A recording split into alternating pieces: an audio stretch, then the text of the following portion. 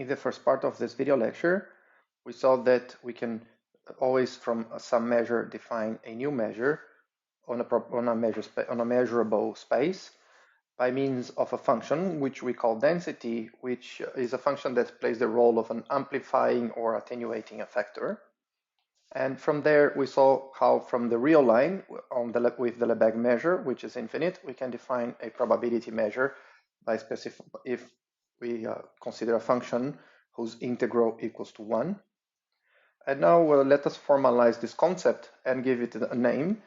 So this is the Radon-Nikodym derivative. So we now take derivative of measures with respect to other measures. And so we say that f is the Radon-Nikodym derivative, or sometimes we say simply density, of a measure nu with respect to a measure mu. Okay, and we denote it like this. This is a very convenient notation with mu in the numerator and the mu in the denominator.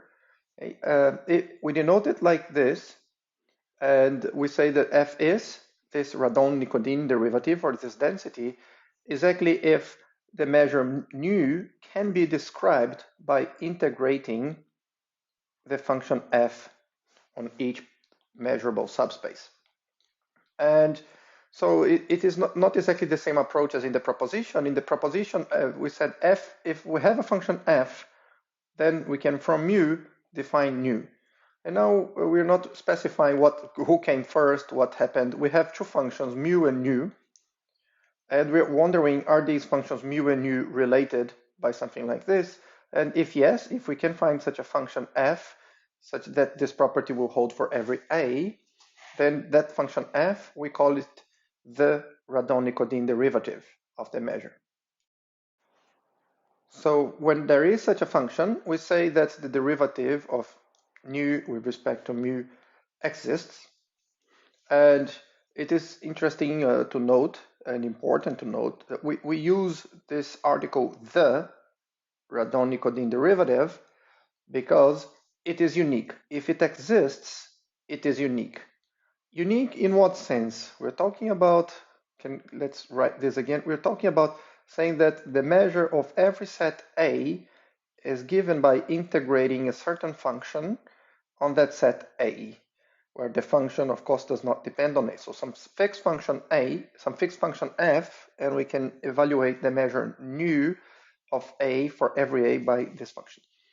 Of course, this could never possibly be unique, this function that we plug here, because we have already seen that if G equals f almost everywhere, and G is different from f in a set of measure 0, let's say if this in a set of measure 0, then we cannot tell the difference between f and g as soon as they appear inside an integral. Okay? Two functions that are equal almost everywhere, which means they are different in a set of measure 0, you can never tell the difference between them when you're integrating.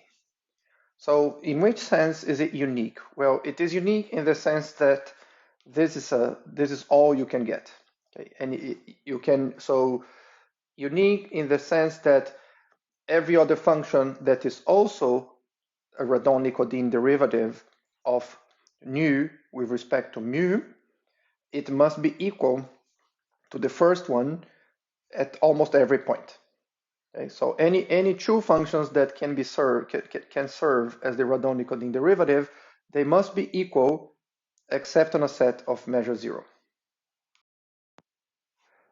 And the converse, which is connecting with the first proposition that we stated in this video lecture, if we have a function mu and a given non-negative extended Borel function f, we can always say that the derivative of nu with respect to mu equals f by defining nu in terms of that integral. So we can define a unique measure nu with this property.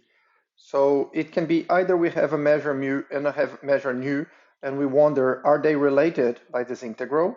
So do we have some the mu that makes these two relate. Or it can be we start with some measure mu, and we start with some measure with some function f, and then we declare this function f to be the mu by defining the function nu in the right way, so that this relationship will happen. And the right way, of course, is, let me go back, the right way is to simply define it by this equation here. So here is another example. Consider this very explicit sample space. It's finite, so we can take the sigma algebra, can be anything, can be the set of all subsets. And we define, so this is just like rolling a die. So each point will have the same probability. And now suppose we want to introduce a different measure. We have this measure, but we want to introduce a different one. Well, let us consider this function here, g. Okay, g is a function that goes from this space omega to real numbers, and we want g to be non-negative. And we define a new measure. I'm denoting this new measure by a different font, so it's still p, but now it's boldface p. Okay? And we define it by, well, integrating with respect to this measure. So this defines another measure on this measurable space. And of course, you can check that this new measure, it satisfies boldface p of omega equal 1. So it is also a probability measure. In this example, that's a coincidence. Of course, so we chose the constant here exactly so that this would be a probability measure.